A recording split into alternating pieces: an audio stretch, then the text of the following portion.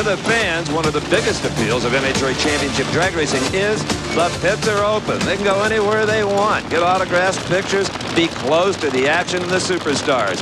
Well, speaking of superstars, it's time for the semifinals, the final four of Nitro Funny Cars, and that is Tom Hoover, the Scotch color car from Minnesota, Pontiac-bodied machine. As we've explained many times before, but it bears repeating, as we look at John Force's Castrol GTX Oldsmobile, Big Daddy Don Garland, the same basic motors as the dragsters. Yes, it is. There's just a little bit difference on the tuning because the cars do react differently as they leave the starting line, but they both produce upwards towards 5,000 horsepower. So far, Force has had a very lucky afternoon. In round number one, his competition, Frank Kramberger, was unable to show in the staging lanes. In round two, he got by Del Worsham with a very slow 544. Tom Hoover, on the other hand, has had to race every opponent every round and has really scratched and clawed himself into this position. John Force, of course, wears the number one. He is the Winston champ from the 1990 season, a dream finally realized. Well, you know, the Winston champ has always got a strike against him. Everybody takes their best shot against you every round. That's right. In this sport, they hate repeaters. Yes, they do. We're on board with John Force. The body comes up no problem. Austin Coyle likes to do the burnout on one Magneto and then put the other one into the system after the tire smoker has been completed. Did you catch those couple of little hand signals between Force and Coyle when the body was up? What do you think they meant? Well, they were, I don't know, but evidently it looked to me like Force was saying everything's okay in here. Well, it's a little like the manager in baseball signaling to the base runner, whether it's a hit and run or a run and hit or whatever. So Austin finally backs away. Well, that was the last hand signal you'll see out of Coyle. It's up to John Force now. The drivers have complete control of these cars at this point. Absolutely. Crew chief for Tom Hoover is 86-year-old father. And Force loses traction. John Force in the body blows off of Hoover's car. He's got his hands full. Yes, he did. He backpedaled that car, and it must have hydraulic, blew the blower off, and he did have his hands full. But when the body comes off, Steve, that's actually the best. That means no fire can be trapped in there with the driver. Well, right now, the competition has to be saying, what does it take to beat John Force? He goes up in smoke. He appears to be history, and suddenly, Hoover launches a body into orbit. As we watch this replay, it looks like Force is a sure loser, but some smoke starts to come out of Hoover's car, and then the body explodes. He must have dropped an intake valve, and it allowed Force to get by and take the win. What an unfortunate situation for Tom Hoover, but luckily he didn't get hurt. Here we see it from a different angle. What a fantastic job of driving he did as that body ripped up. You can imagine what he's got his hands full trying to steer the car with still a little flame right there as the car crosses the finish line. We watch the crew remove the body from the track, totally destroyed. This is a very expensive situation for Tom Hoover. Steve is with him now. Tom Hoover, obviously okay getting into the tow vehicle, spectacular and expensive.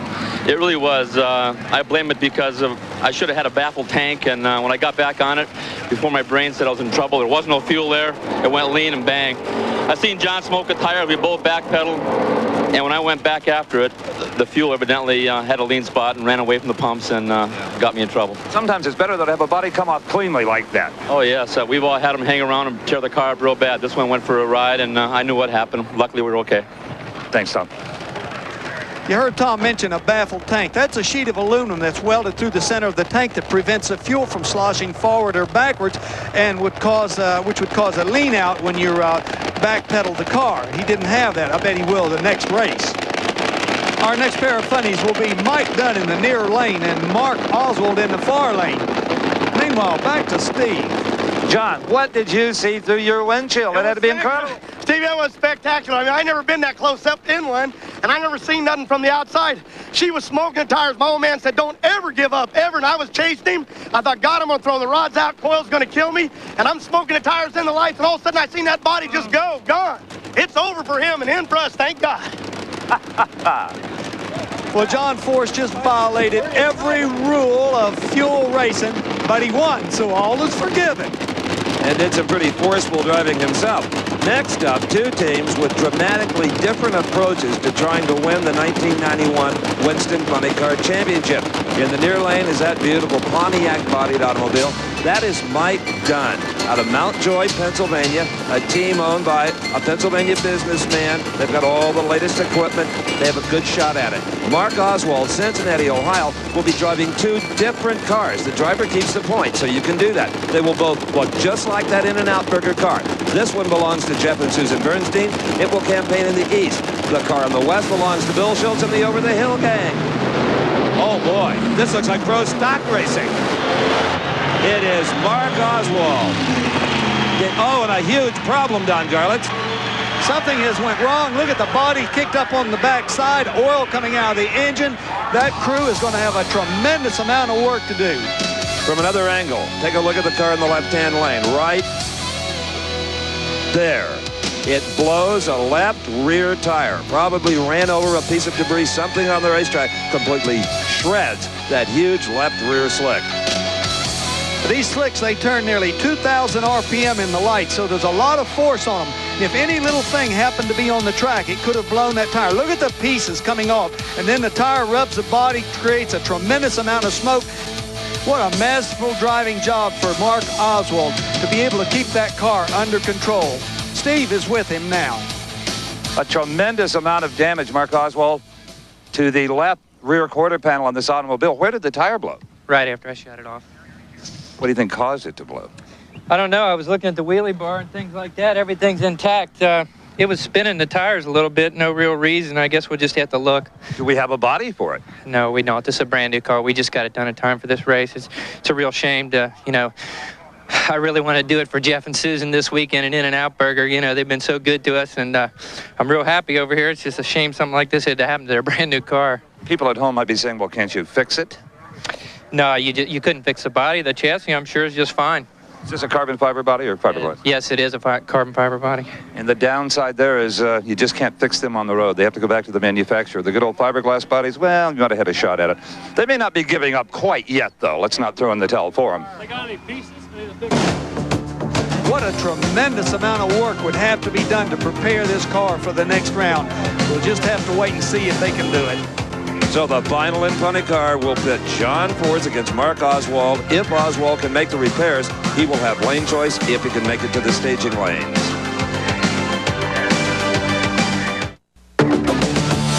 We're back in Gainesville, Florida for the Motorcraft Gatornationals. I'm Steve Evans along with Big Daddy Don Garlits. And if you'd like to become more involved in championship drag racing, no better way than joining NHRA. Just $45 a year. You get 48 issues of National Dragster, the jacket patch, the pin, the decal, the rule book, and if you call the number on your screen right now, you'll receive a free copy of the Diamond P Video Drag Racing 1990. So make that call. Meanwhile, back in Mark Oswald's pit, the In-N-Out Burger crew have decided to try and make the show. Look at the work going on that body. We saw it down at the far end when Steve was interviewing Mark. It didn't look like there was anything left, but they are going to patch that body and try to make the final. Only one thing makes this possible. They are using Tom Hoover's destroyed body for parts, carving out giant chunks of it. All right now it's time for the final four in pro stock. And first up will be the Mopar Dodge, Darrell Alderman. We've told you before, this car is unbeaten in 3 outings. They won the Winter Nationals, they won the Arizona Nationals, they won the Super Nationals in Houston. They've got the competition scared to death. Bob Glidden knows it for himself and the rest of pro stock drag racing. He's got to put away that Dodge. Well, his performance today indicates to me that he is very capable of doing just that, Steve. All right, the nose up, wheels in there on Darrell Alderman's car. Where's Glidden? Alderman can't see him. That's because he's not there. Darrell Alderman, 7:28 to Glidden, 7:29. Glidden had a lousy reaction time, which made the margin of victory for Alderman even more than the numbers might indicate. Darrell Alderman goes to the final round for the 4th race in a row. And back in the Mark Oswald pits, Big Daddy, this still looks like, well, maybe the impossible dream. Look at the holes. Well, they've got a skylight there that's got to be completely taken out, or they're not going to be able to race. NHRA will not let them run this car if they don't deem it safe. And there'd be no way they could even attempt this with their own crew. They have got friends from every crew in drag racing. Anybody who was already eliminated. Drag racers love a thrash. You know that. This is amusement for them, not work. That's right. or else they wouldn't be doing it. All right, somebody will get the pleasure of racing Darrell Alderman in the final round. Will it be this man, Warren Johnson, in the Oldsmobile? Or will it be the yellow car in the opposite lane, Jerry Ekman, the Pontiac from Northern California? The fans on top of the car, amazed as I am, how the RPMs come up to 8,000. They sidestep the clutch. You wonder how the drivetrain can take the shock of the modern-day pro stock launch. They're up. Good start. It is Johnson out-muscling Ekman in the middle and at the far end, 726. Oh boy, talk about muscle. 190 miles per hour in a pro stock car.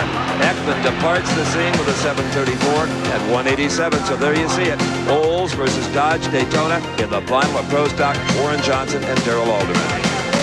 Meanwhile, the thrash continues in the In-N-Out Burger pit. They're cutting the piece out of Hoover's body. This is the piece that they're going to put in to take that skylight out. These guys are serious. But a tremendous amount of work to be done here before they're ready. One of NHRA's earliest slogans was ingenuity in action. We're seeing plenty of it.